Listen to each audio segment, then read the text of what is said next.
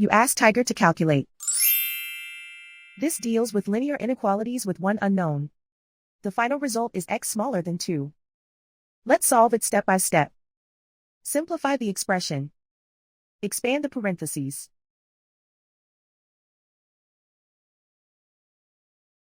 Multiply the coefficients.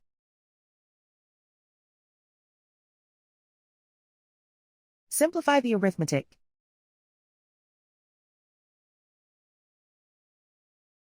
Group all constants on the right side of the inequality.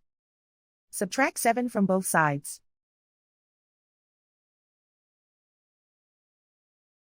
Simplify the arithmetic.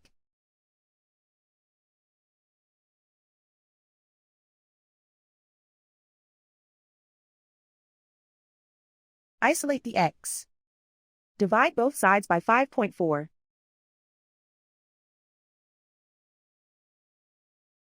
Simplify the arithmetic.